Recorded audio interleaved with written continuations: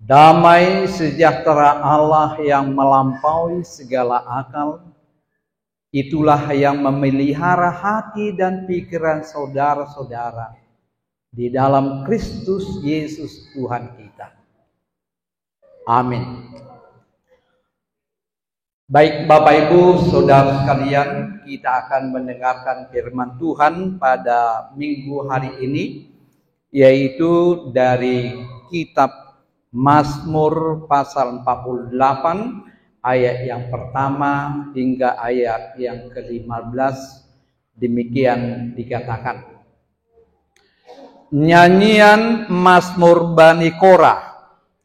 Besarlah Tuhan dan sangat terpuji di kota Allah kita.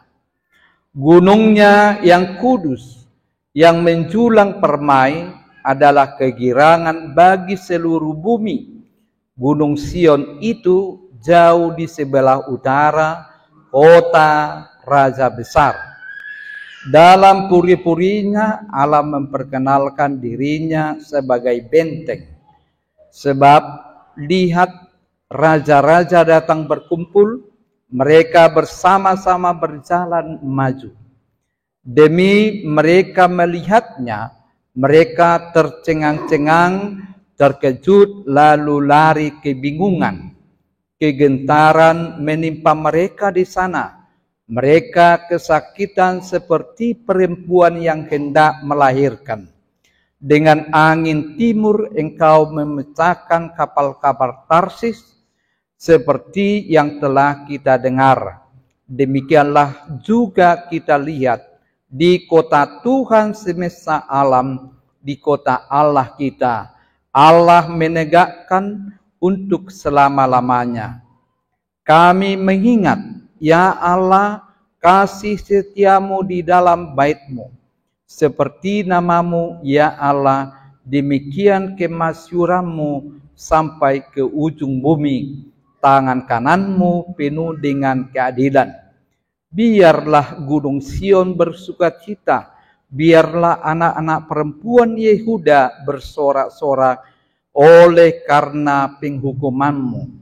Kelilingilah Sion dan edarilah dia, hitunglah menaranya, perhatikanlah temboknya, jalanilah puri-purinya, supaya kamu dapat menceritakannya kepada angkatan yang kemudian. Sesungguhnya inilah Allah, Allah kitalah dia seterusnya, dan untuk selamat dialah yang memimpin kita. Demikianlah firman Tuhan. Bapak Ibu, saudara sekalian yang dikasihi Tuhan Yesus Kristus, pernahkah kita mendengar atau melihat adanya benteng pertahanan, atau kita katakanlah benteng perdagingan?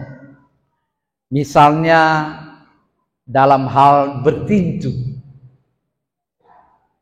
pasti ada cara untuk membentengi, menjaga dirinya supaya tidak dilumpuhkan. Misalnya katakan bermain bola kaki, ada bentengnya supaya tidak bisa diterobos oleh penyerang lain.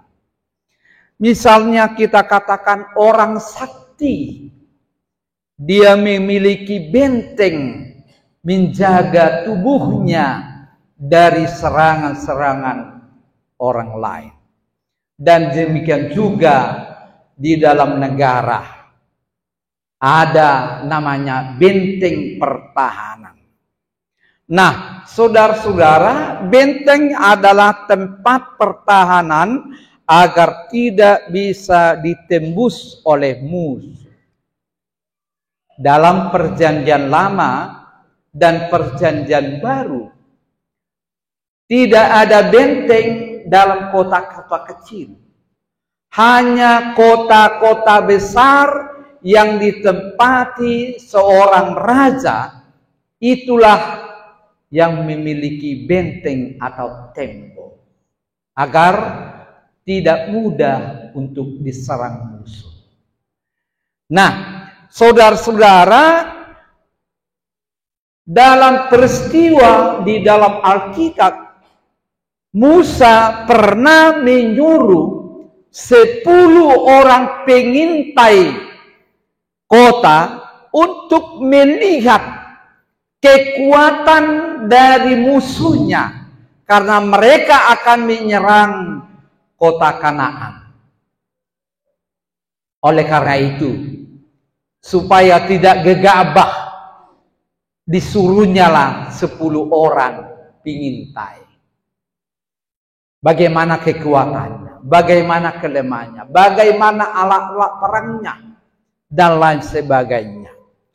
Mereka tidak bisa mengalahkan bangsa Kanani.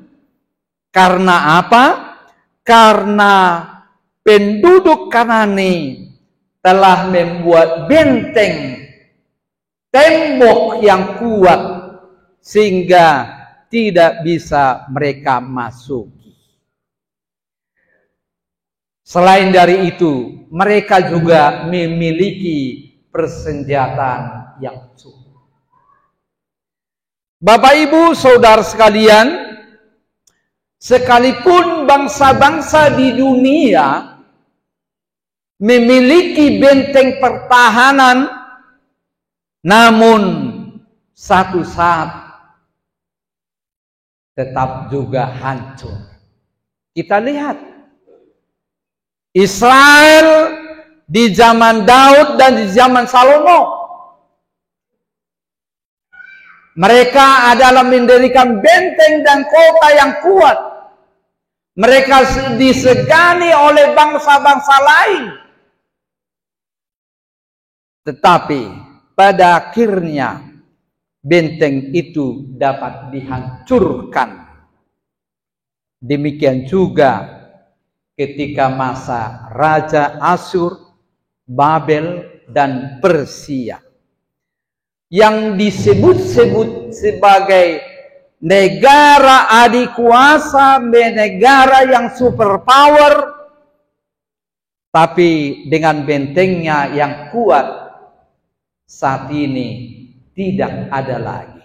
Itu artinya sekuat apapun benteng yang dibuat oleh negara-negara yang besar, pada saatnya akan hancur.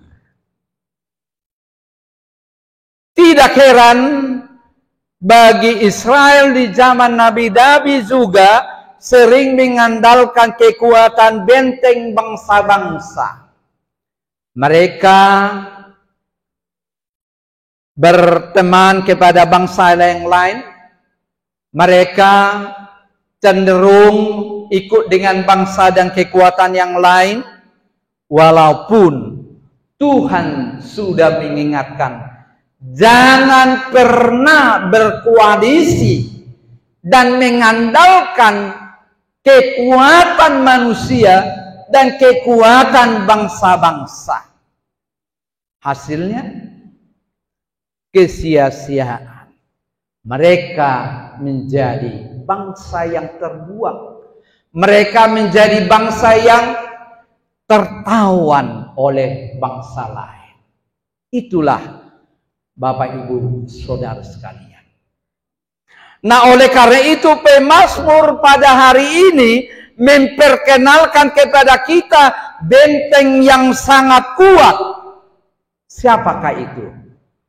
Yaitu Allah Yahweh. Kita tahu bahwasanya Yerusalem adalah kebanggaan bagi orang Israel. Setiap tahunnya mereka naik ke bait suci yang ada di Yerusalem dan mengagungkan, karena mereka meyakini di mana bait Allah adalah lambang penyertaan dan kehadiran Allah sebagai raja bagi bangsa Israel. Karena itu, Pemazmur memuji-muji Allah karena kota Yerusalem. Ini apa? Karena di ayat 1 dikatakan, kota Yerusalem adalah kota Allah kita. Itu artinya, Allah lah pemilik kota itu. Pencipta, penguasa segala-galanya, Raja yang agung. Itulah pemahaman umat Israel. Bapak Ibu, saudara sekalian, pesan firman Tuhan pada kita hari ini adalah supaya kita menjadikan Allah kita itu menjadi benteng bagi hidup kita. Itulah pesan firman Tuhan. Supaya kita menjadikan Tuhan Allah kita itu menjadi benteng dalam hidup kita. Kenapa? Karena memang di zaman ini banyak negara-negara yang mengucurkan dananya besar untuk memperkuat benteng pertahanannya. Namun, apakah mereka benar-benar aman? Setiap tahunnya Indonesia mengucurkan dana yang lebih tinggi daripada pendidikan supaya negara kita memiliki kekuatan, memiliki benteng yang kuat. Tetapi menjadi pertanyaan, apakah negara kita ini benar-benar aman ketika dana itu dikucurkan? Ketika benteng pertahanan semakin bertambah? Tidak. Karena negara lain juga mengucurkan lebih tinggi dari negara kita. Artinya mereka memperlengkapi. Sadi hari mau nama saporan Ido naditahi. Nah, hari ini kita diajak, marilah kita jadikan Tuhan Allah kita, Tuhan Allah Yahweh menjadi benteng pertahananmu. Tuhan Yesus Kristus adalah panglima kita yang tidak terkalahkan karena Dia telah mengalahkan kuasa maut, dosa, dan kematian yang menjadi musuh terbesar di dalam hidup kita. Jadikanlah Dia menjadi benteng pertahananmu. Karena semua itu telah ditundukkan oleh kebangkitan dan kenaikannya ke surga. Maka dalam Matius 28 ayat 18 dikatakan, kepadaku telah diberikan kuasa di sorga dan di bumi. Artinya, Dialah pemilik semuanya. Dialah yang membenteng. Dialah yang menaklukkan semua bangsa. Nah, oleh karena itu, saudara-saudara sekalian, kedepannya kita akan menghadapi ancaman musuh yang sangat besar dan makin hebat, terutama dalam kehadiran teknologi manusia yang semakin canggih. Itu harus kita akui. Semakin bertambah zaman, semakin canggih teknologi. Tuaka naso parduli akan masa atoy mai anak gomate nama iba seperti biot.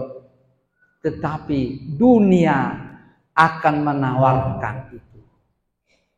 Nah, oleh karena itu Bapak Ibu Saudara sekalian, menjadi pergumulan yang besar pada saat ini, pada zaman ini, generasi muda kita,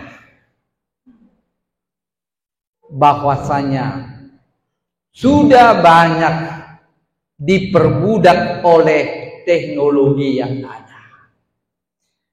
Teknologi sudah menjadi Tuhan bagi dirinya, menjadi benteng bagi dirinya, dan itu terlihat jelas ketika para pemuda dukun nahehe modom siap puduman dia do najumolo diluluiham jujur majo Wado maturia HP do ola dunga jama itu kan, itulah tantangan. Bahkan di gereja juga hampir tidak segan-segan, bahkan kewalahan situa kita pada minggu sore untuk mengawasi anak-anak kita. Sebaik apapun khotbah yang disampaikan di depan ini, mereka asik dengan handphonenya. Itulah tantangan zaman. Jangan-jangan di sekolah demikian. Songoni dua teh bapak ibu guru, songoni itulah tantang.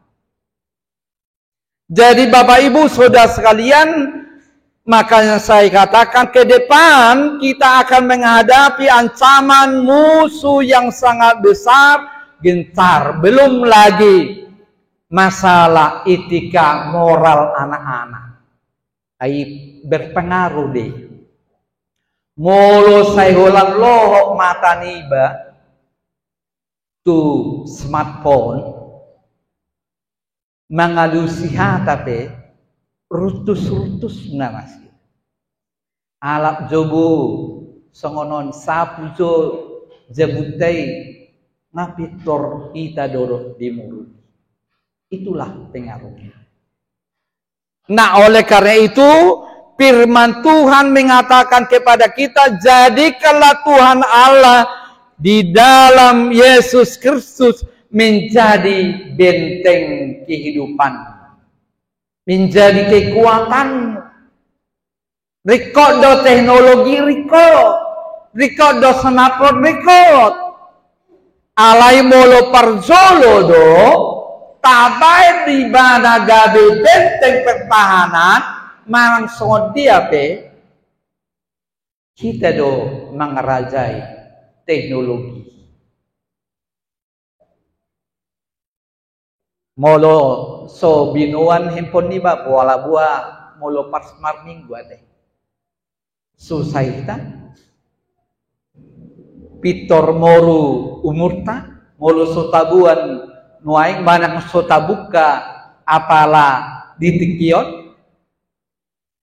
Itulah yang menjadi pergumulan kita bersama. Oleh karena itu firman Tuhan hari ini, hanya orang yang masuk ke dalam Yesus menjadi benteng kekuatan, itulah yang pasti selamat, itulah yang pasti hidup di dalam diri.